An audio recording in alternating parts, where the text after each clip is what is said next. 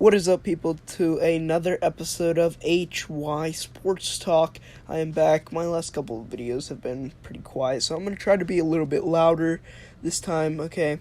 So, with the number one pick in my top 10 defensive players, I have Kyle Hamilton, and I feel he needs to go number one just because of his versatility. He is a very hard hitter. He is a great player. And honestly, they can play him anywhere, like I said, with his versatility. So I feel that he's going to be a very good prospect. He's going to make a lot of tackles, and he's just going to be an all-around great player. All right, with my next two picks, I have the number 2 pick and the number 3 pick. At the number 2 pick, I have Aiden Hutchinson. I'm going to go with Aiden Hutchinson here because I feel like it's a safer option. I feel like he's just an all-around better player. He is a great run stopper. He is very fast, so he can have a little bit of versatility at linebacker. Don't think they will play him at linebacker at all, though. So he's going to rack up a lot of tackles, and if I'm lucky here and I made the right call, he's going to rack up at least like 5 to 10 sacks this season. So I'm going with him at number 2. Next up, Kayvon Thibodeau at number 3.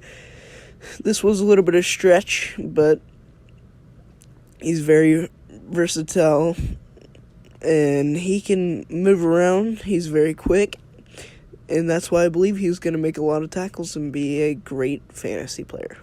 And with my next pick, I have Travon Walker. Again, most of the players in this draft are very versatile, and they can be used in a lot of different positions. Travon Walker is a great run stopper. He's very fast, and it's like mind-boggling that how fast he is and his ability to play sideline to sideline. So I feel like that's a great pick, and he's going to make a lot of tackles. And next up, I have Devin Lloyd. Devin Lloyd is a great linebacker. He can play sideline to sideline. He will make a lot of tackles, and just like in college, he made a lot of tackles against big-name colleges. Next up, I have Daxton Hill. Daxton Hill is a really good safety. He can do a lot of things. He can play against the slot at cornerback, and he will make a lot of tackles. He knows where the ball is going at all times. Now we are at the back end of our draft. Next up, I have Jordan Davis. Jordan Davis is a great run stopper. He is very fast for his size. That's why I believe he can move around and make tackles.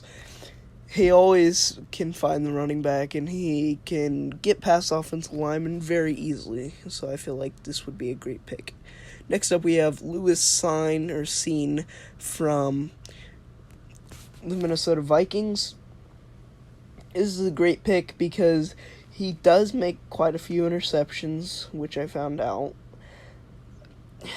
His versatility, he can play at slot corner just like Daxton Hill can. He makes a lot of tackles. He plays sideline to sideline. The only time I really saw him get beat out was against Jameson Williams. That's because he's fast.